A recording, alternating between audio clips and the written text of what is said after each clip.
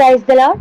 మన ప్రభువును రక్షకుడైన యేసుక్రీస్తు వారి మహోన్నత నామంలో ఈ మాటలు వింటున్న ప్రతి ఒక్కరికి వందనాలు మరియు ఉదయకాలపు శుభాలు.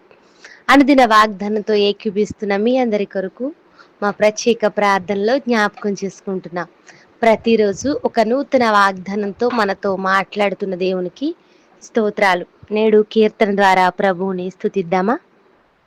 చాలునయ్యా దేవా ఈ జన్మ ధన్యమే ప్రభువా, చాలునయ్యా దేవా ఈ జన్మ ధన్యమే ప్రభువా.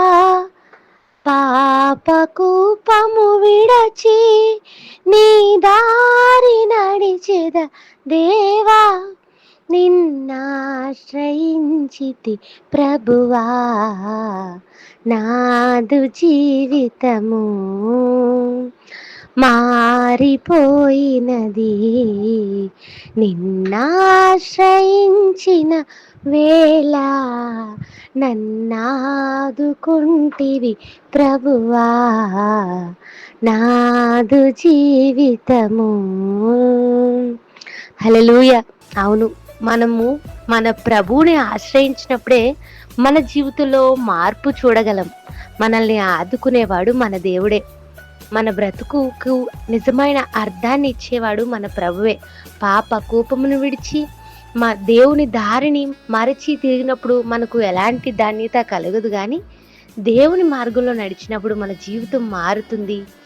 మనకు ఆశ్రయదుర్గంగా దేవుడు ఉంటాడు అని ఈ పాట చెబుతున్న సత్యం. నేడు వాగ్దానం ద్వారా ప్రభువుని ధ్యానిద్దామా? సామెతల గ్రంథం 20వ అధ్యాయం 5వ వచనం. నరుని హృదయములోని ఆలోచన లోతు నీళ్ల వంటిది, వివేకము గలవాడు దానిని పైకి చేదుకొనును. పైకి చాలా మంది కనబడినట్లు లోపల ఉండరు, లోపల ఉన్నట్లుగా పైకి ఉండరు, నటిస్తూ ఉంటారు.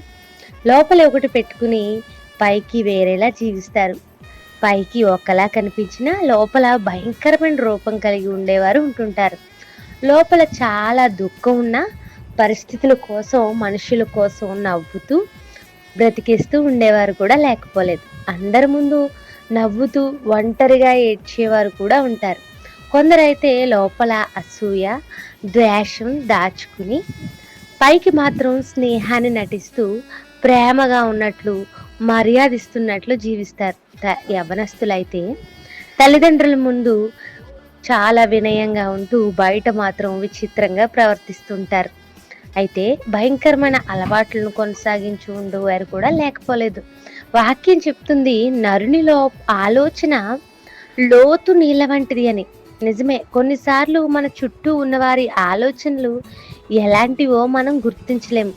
చక్కగా ప్రవర్తిస్తుంటారు, కానీ వారి మనసులో ఆలోచనలు వేరే, ప్రణాళికలు, మన పతనాన్ని ఆలోచన చేస్తూ పైకి మాత్రం మీకు ప్రియులము అంటూ ఉంటారు. అయితే వివేకము కలిగిన వారు అంత లోతులో ఉన్న నీళ్ళ వంటి ఆ ఆలోచనలు పైకి చేదుకోగలుగుతారట. అంటే ఏ వివేచన ఇది అంటే బుక్స్ చదవడం వల్ల, పెద్ద పెద్ద డిగ్రీలు సంపాదించడం వల్ల వచ్చిన వివేచన కాదు, కానీ ఆత్మ సంబంధమైన వివేచన మనకు కావాలి.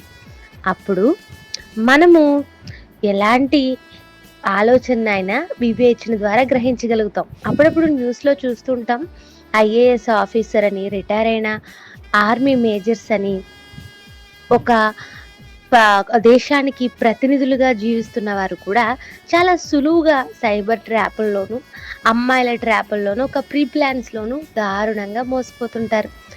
ఎవరికి చెప్పకూడని దేశ రహస్యాలు ఇలాంటి ట్రాప్లో బయట పెట్టేస్తుంటారు. ఇంత చదువుకున్నారు, ఇంత పెద్ద హోదాలో ఉన్నారు, ఎంతో గౌరవప్రదమైన ఉద్యోగంలో ఉన్నారు, ఎలా మోసపోయారు, ఎలా ఎంత దెబ్బతిన్నారు అంటే వారికి వారి చదువు, ఉద్యోగం, ఈ లోక సంబంధమైన జ్ఞానం వివేచన ఇవ్వలేకపోయింది.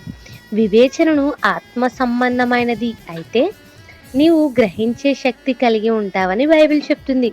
నీ గురించి ఎదుటివారు ఎలా ఆలోచిస్తున్నారు, నీ నుండి ఏం ఆశిస్తున్నారు, ఎలాంటి పథకం నీపై చెయ్యాలనుకుంటున్నారు, ఎలా మోసం చేసే ప్రయత్నాలు చేస్తున్నారు అనేది నీకు ఎలా మంచి చేయాలనుకుంటున్నారు, నీ మీద ఎంత ప్రేమ పెంచుకున్నారు అనేది నీవు తెలుసుకోగలుగుతావు. ఎలా అంటే అది దేవుడిచ్చే ఆలోచన వల్లనే.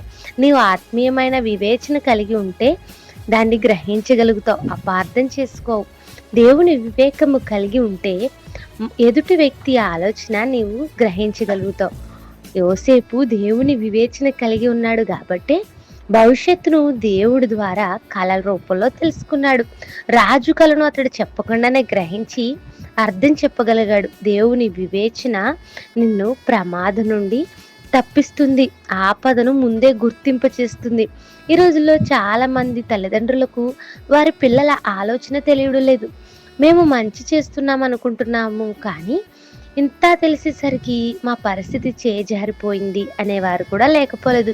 అయ్యో ఇంతకాలం ఏం జరిగింది అని గుర్తించి బాధపడుతున్న వారుగా ఉన్నారు.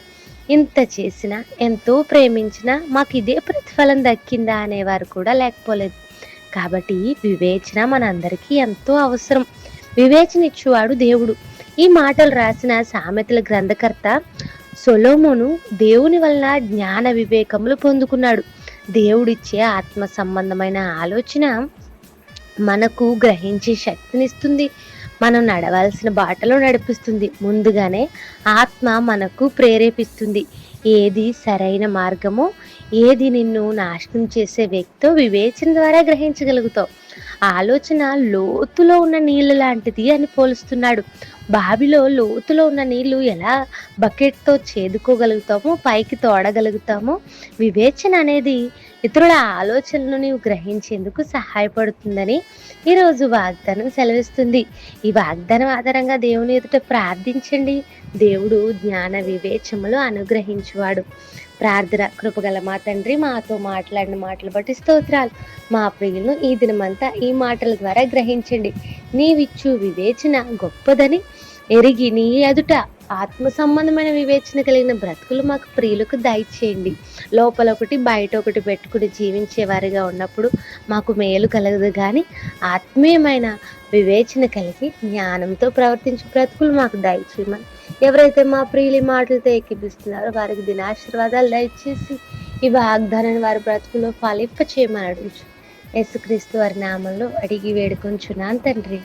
Amen. Have a blessed day. God bless you all and me as well.